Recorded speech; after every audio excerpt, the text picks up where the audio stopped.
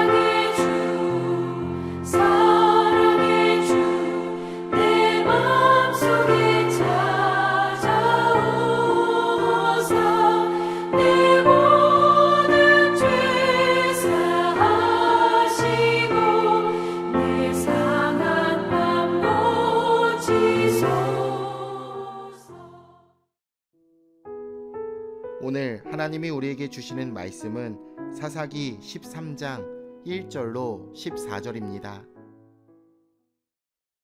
사사기 13장. 이스라엘 자손이 다시 여호와의 목전에 악을 행하였으므로 여호와께서 그들을 40년 동안 블레셋 사람의 손에 넘겨주시니라. 소라 땅에 단 지파의 가족 중에 마노아라 이름하는 자가 있더라. 그의 아내가 임신하지 못하므로 출산하지 못하더니 여호와의 사자가 그 여인에게 나타나서 그에게 이르시되, 보라, 내가 본래 임신하지 못하므로 출산하지 못하였으나 이제 임신하여 아들을 낳으리니 그러므로 너는 삼가 포도주와 독주를 마시지 말며 어떤 부정한 것도 먹지 말지니라. 보라, 내가 임신하여 아들을 낳으리니 그의 머리 위에 삭도를 대지 말라. 이 아이는 태에서 나옴으로부터 하나님께 바쳐진 나실인이 됨이라. 그가 블레셋 사람의 손에서 이스라엘을 구원하기 시작하리라 하시니, 이에 그 여인이 가서 그의 남편에게 말하여 이르되, 하나님의 사람이 내게 오셨는데 그의 모습이 하나님의 사자의 용모 같아서 심히 두려움으로 어디서부터 왔는지를 내가 묻지 못하였고 그도 자기 이름을 내게 이르지 아니하였으며, 그가 내게 이르기를, 보라, 내가 임신하여 아들을 낳으리니 이제 포도주와 독주를 마시지 말며 어떤 부정한 것도 먹지 말라. 이 아이는 태에서부터 그가 죽는 날까지 하나님께 바쳐진 나실인이 됨이라 하더이다 하니라. 마노아가 여호와께 기도하여 이르되, 주여 구하옵나니 주께서 보내셨던 하나님의 사람을 우리에게 다시 오게 하사 우리가 그 낳을 아이에게 어떻게 행할지를 우리에게 가르치게 하소서 하니, 하나님이 마노아의 목소리를 들으시니라. 여인이 밭에 앉았을 때에 하나님의 사자가 다시 그에게 임하였으나 그의 남편 마노아는 함께 있지 아니한지라. 여인이 급히 달려가서 그의 남편에게 알리어 이르되, 보소서, 전일에 내게 오셨던 그 사람이 내게 나타났나이다 하매, 마노아가 일어나 아내를 따라가서 그 사람에게 이르러 그에게 묻되, 당신이 이 여인에게 말씀하신 그 사람이니이까 하니, 이르되 내가 그로다 하니라. 마노아가 이르되, 이제 당신의 말씀대로 되기를 원하나이다. 이 아이를 어떻게 기르며 우리가 그에게 어떻게 행하리이까? 여호와의 사자가 마노아에게 이르되, 내가 여인에게 말한 것들을 그가 다 삼가서 포도나무의 소산을 먹지 말며 포도주와 독주를 마시지 말며 어떤 부정한 것도 먹지 말고 내가 그에게 명령한 것은 다 지킬 것이니라 하니라. 범죄의 악순환이 반복되면 영적 상태는 회복 불능의 상태로 떨어지게 됩니다. 사사기의 역사 패턴은 이것을 여실히 보여주고 있습니다. 그러나 이스라엘이 하나님을 잊을지라도 하나님은 하나님 당신의 백성을 잊지 않으셨습니다. 오늘 본문에서 하나님이 보여주시는 구원의 약속은 무엇일까요? 이스라엘 자손이 다시 하나님의 목전에 악을 행하여 블레셋 족속에게 40년 동안 넘겨졌습니다. 그들이 행했던 악은 하나님을 버리고 우상을 숭배했던 죄였습니다. 여기에서 40년은 사사기에 기록된 징계 기간 중 가장 긴 세월이었습니다. 이스라엘은 그만큼 큰 죄악에 빠진 것입니다. 그런데도 그들은 하나님께 부르짖지 않았습니다. 죄의 달콤함에 빠져 하나님을 잊어버리고 징계의 고통에 무감각한 것만큼 위험한 일은 없을 것입니다.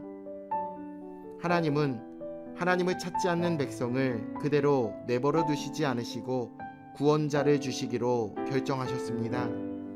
하나님의 사자가 한 불임 여성을 찾아가 아들을 낳을 것이라고 예고했습니다. 그녀는 단 지파 소속인 마노아의 아내였습니다. 불임을 하나님의 저주로 여기던 당시에 잉태 소식은 정말 가슴 뛰는 기쁜 소식이었습니다. 하나님은 지금도 죄인을 위해 구원의 길을 예비하십니다. 이러한 하나님의 자비가 있기에 우리는 구원의 소망을 가질 수가 있습니다. 천사는 그녀에게 2가지 명령을 내렸습니다. 첫째, 그녀가 특별한 아이를 잉태할 것이니 포도주와 독한 술을 마셔서는 안 되며 부정한 것을 먹지 말라는 것입니다. 둘째, 태어날 아이의 머리카락을 자르지 말라는 것입니다. 그 아이는 모태에서 하나님께 나시른으로 바쳐진 자로서 블레셋 사람들의 손에서 이스라엘을 구원할 자이기 때문입니다. 깜짝 놀란 그녀는 곧장 남편에게 달려가 천사가 전한 소식을 알려주었습니다. 하지만 그녀는 가장 중요한 일, 즉 이 아이를 통해 이스라엘의 구원이 시작된다는 내용을 빠뜨렸습니다. 그녀는 정말 오랫동안 잉태하지 못한 수치를 벗어나는 그 기쁨으로 정작 가장 중요한 일을 중요하게 여기지 않았던 것입니다. 우리는 우리의 삶의 고난에서 벗어나는 일보다 그 고난을 통해 이루실 하나님의 역사를 기대해야 합니다. 마노아는 하나님의 사람을 다시 보내어 주셔서 앞으로 태어날 아이를 어떻게 키워야 할지 가르쳐 달라고 기도했습니다. 하나님은 마노아의 기도에 응답하여 먼저 그의 아내에게, 나중에 그에게 다시 나타나셨습니다. 마노아는 당신이 이 여인에게 말씀하신 그 사람입니까? 라고 물었고 천사는 그렇다 라고 대답했습니다. 그가 천사에게 직접 듣고자 기도한 것은 아내를 신뢰하지 않았기 때문입니다. 죄가 관영한 시대의 문제 핵심은 신실하신 하나님의 약속에 대한 의심과 불신입니다. 천사는 앞서 지시한 내용을 재차 확인해 줄 뿐 새로운 정보는 주지 않았습니다. 결국 천사는 마노아의 아내가 남편에게 전한 메시지를 그대로 믿고 확신하도록 다시 나타났던 것입니다. 하나님은 우리에게 진리의 말씀을 충분히 알아듣도록 계속 알려주십니다. 반복되어지는 그 말씀이 단순할지라도 성실하게 듣고 배우려는 자세가 우리 모두에게 필요한 것입니다. 패역한 이스라엘을 향한 하나님의 구원의 손길은 끝나지 않았습니다. 하나님은 자신을 찾거나 부르짖지도 않는 이스라엘을 위해 구원의 역사를 준비하셨습니다. 하나님은 오늘도 그렇게 역사하십니다. 신실하신 하나님을 신뢰하고 그분만을 의지하는 것, 이것이 우리의 소망이 되시길 우리 주 예수님의 이름으로 축원합니다. 내일 뵙겠습니다.